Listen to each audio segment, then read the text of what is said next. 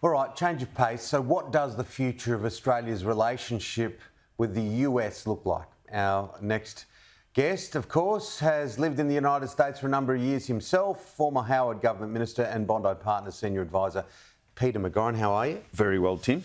Are you worried about the support for the US alliance in the wake of the Trump tariffs? Not long term, but of course there's short term disappointment, anger and frustration.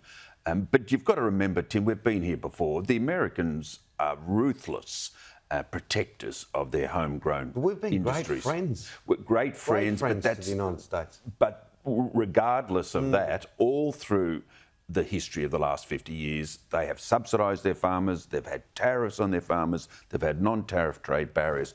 And that's why we needed a free trade agreement, which after much painstaking and prolonged negotiation, we got in 2005. The biggest issue here is to what extent will that free trade agreement protect us and safeguard our interests in the face of Trump's use of tariffs. And that's what we've got to concentrate on.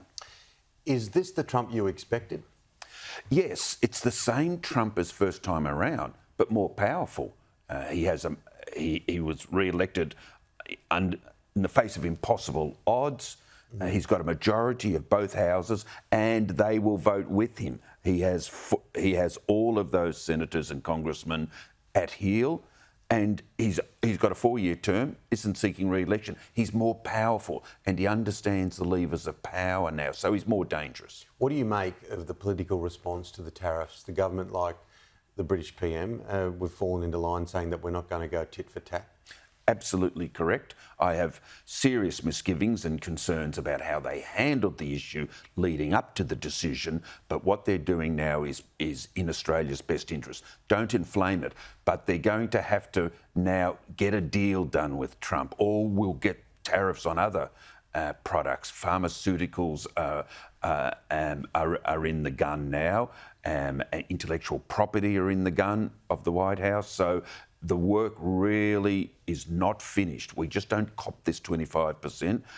We'll try and limit it to a certain period of time, and we have to protect other industries. So the government's going to have to be a lot more fleet of foot and astute than they have been before, and understand that Trump wants something in return. What do you think of Jackie Lambie's idea in Pine Gap? Absurd. You never tie trade disputes to national security or intelligence arrangements. No responsible government in Australia ever will. And what we have to do is focus realistically. We can't just throw the toys out of the cot. This is deadly serious for every country, India, Europe, Latin America, Canada, and so on. Canada in particular. Mark Carney, new Prime Minister, we heard him this morning, he had all his colleagues behind him. He said, this is crazy, this whole idea that we'd ever become the 51st state of America. It's never, ever going to happen. They aren't taking a backward step at all. And they can't, Tim, but they're in a completely different situation to what Australia is. They are wholly integrated with the US economically and defence-wise, so they will have to take a strong stand. We have to be much more subtle and incisive and don't provoke Trump. If you think trading off a shared defence asset such as Pine Gap is going to force him to heel, you're kidding yourself. Just finally, just on Canada, we're not talking about some small little country. Canada's a pretty significant place, a very significant country. I mean, obviously the United States is a monster. Yeah, a monster in size. Yeah, and Canada's been as loyal and continuing defence and intelligence ally of the US as Australia has been. I don't fully understand President Trump's fixation with Canada, but what I do know is that there is this strand of isolationism and protectionism in America. Always has been, and it's coming to the fore under Trump. But don't think that Americans have ever played nice on trade. Well, there's plenty more headlines to come. Always good to chat. We could have spoken for 3 hours this morning. Peter McGauran, good to see you.